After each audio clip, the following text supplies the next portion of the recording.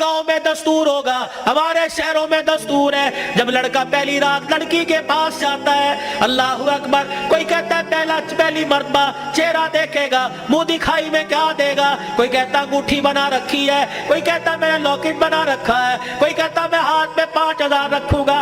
या तो निजाम उल्ट है, मामला उल्ट है। मेरा नबी दूल्हा बल्कि पहली रात सैयदा खदीजा तुल कुबरा के हुजरे में गए, अल्लाह अकबर, मेरे नबी अंदर दाखिल हुए, सैयदा खदीजा तुल कुबरा ने कदमों की आहट से पहचान लिया, घूंघट में कहने लगी, सोने जहां खड़े हो वहीं खड़े रहिए। अपने तकिए के नीचे हाथ डाला, 40,000 दिरहम उठाए, हुजूर के कदमों पे लाके रख के रोने लग गई, कहने लगी कमली वाले, अब घर में यही कुछ बचा था जो आज मैंने तेरी जूतियों पे कुर्बान कर दिया है।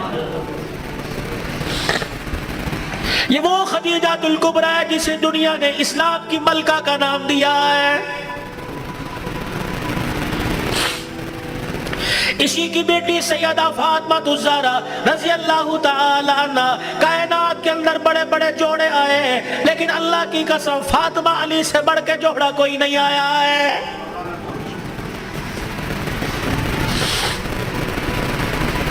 रहमत दो आलम सल्लल्लाहु ताला अलैहि वसल्लम बेटी के दरवाजे पर गए, जी अब्बू खैर हो गए, तुम भी कभी ये सुन्नत समझ के बेटी के दरवाजे पे चले जाया करो और जाके कहा करो आजा तेरा बाप तुझे लेने के लिए आया है। लेकिन उस नबी को क्या पता था, जिस बेटी को मैं के लेने के लिए गया, ससुराल लेने के लिए गया कि मैं के आ जा, 4 दिन बाप के घर में रह के मेरा आबाद कर जा। उस नबी के इल्म में क्या था कि 1400 साल के बाद बहन दरवाजे पर आएगी, भाई देख के कहेगा हुणे ते गई सी फेर आ गई है। कितनी बहनों को रोते देखा, भाइयों को फूल करके कहती हैं अब्बा जी ने मरण तो बाद एक मरतबा भी तूने बुलाने का फोन नहीं किया है। ओ लोगों, छुट्टियों में बहन को बुला लिया करो, ईद त्योहार में बहन को बुला लिया करो। रब्बे जुल जलाल की कसम है, तुम्हारे घर में आके बहन खाएगी, परवरदिगार आलम बहन के खाने की बरकत से अल्लाह तेरे रिज़्क़ में इजाफा फरमाएगा। माँ बाप को खिलाने से, बहन भाइयों को खिलाने से अल्लाह की कसम घर के अंदर बरकत आया करती है, बेबरकती नहीं हुआ करती। घर के अंदर रिज़्क़ में इज्जत में इजाफा हुआ करता है। ए फातिमा आजा, बहुत दिन हो गए, 4 दिन बाप के घर रहा, अल्लाह अकबर, तेरा बाप तेरी जुदाई बर्दाश्त नहीं करता।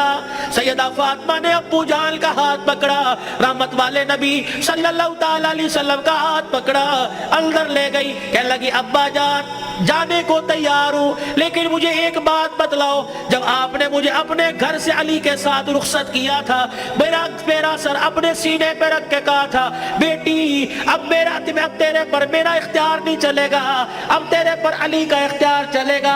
आज के बाद तू मेरी मर्जी की मालिक नहीं, अली की मर्जी की मालिक है। वो कहेगा उठ जा तो उठ जाइयो, वो कहेगा बैठ जा तो बैठ जाना। अब्बा जान आपने कहा था का जी अब्बा जाने को तैयार हूं, लेकिन अली घर में कोई नहीं। मैंने भी पूछा था कि अली अब्बा लेने आ जाए तो तेरी बगैर इजाजत के जा सकती हूँ कि नहीं। अब्बा बैठ जाइयो, अगर अली कह देंगे चली जा चली जाऊंगी, अगर मना कर दिया तो मेरे अब्बा जान आप नाराज न होना। लाओ ऐसी जिंदगी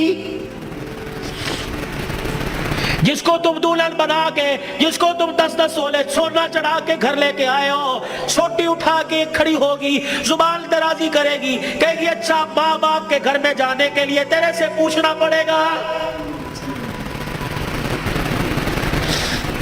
ए अली रज़ी अल्लाह अन्हु अपनी बीवी फातिमा से कह दे तेरी बगैर इजाजत के तेरी बीवी को घर से बाहर कूड़ा फेंकने की भी इजाजत नहीं है।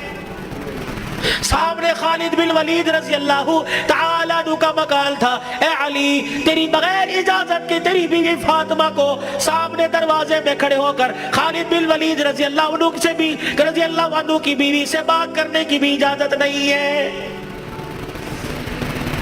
जब तुम्हारे निकलने की देर होती है तुम्हारी बीवियों का पता ही नहीं होता कहाँ है। कभी कहीं बैठ के तवीज ला रही है, कहीं फैसलाबाद दौड़ी हुई है, कभी किसी के साथ सारे मेरे भाई ने, कभी किसी ने मोटरसाइकिल पे जा रही है, कभी कहीं। ये भाई तो ले डूबे, असल भाइयों को भाई नहीं समझती, मल्लेदारों को भाई समझी बैठी है।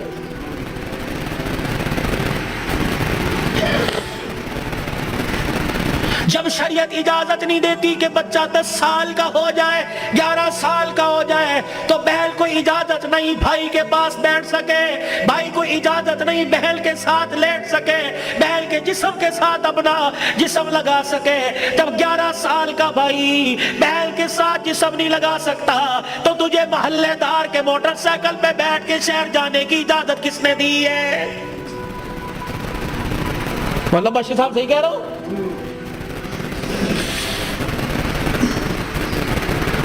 ابا جان ناراض نہ ہونا, نبی بھی نبی تھے.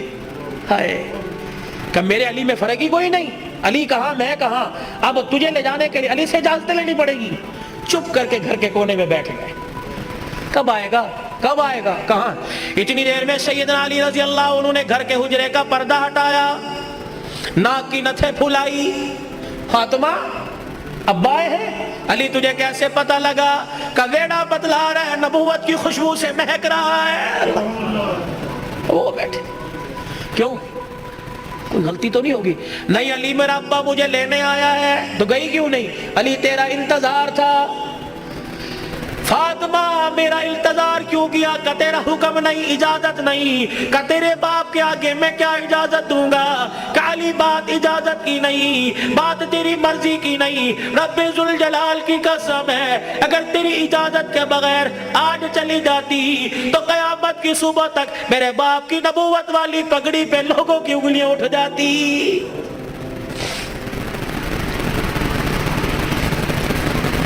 اگر یہ میرا پیغام بہنوں تک جا رہا ہے, بیٹیوں تک جا رہا ہے, خدا کے واسطے لڑنے سے پہلے سوچ لینا میرے باپ کے بالوں کی سفیدی رل جائے گی.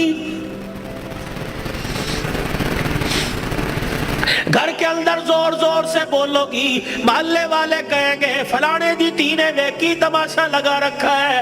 رب اکبر کی قسم ہے تیرے باپ کی پگڑی رل جائے گی. میری بہنوں میری بیٹیوں روکھا سوکھا کھا کے گزارا کر لو, چرپائی نہیں زمین پہ لیٹ کے گزارا کر لو, گرمی کے پتلے لون نہیں سردی کے موٹے کھدر پہن کے گزارا کر لو. رب اکبر کی قسم ہے آج سسرال میں ماں باپ کی عزت بچا لے, کل قیامت کے دل میدان محشر میں اللہ تیری عزتیں بچائے گا.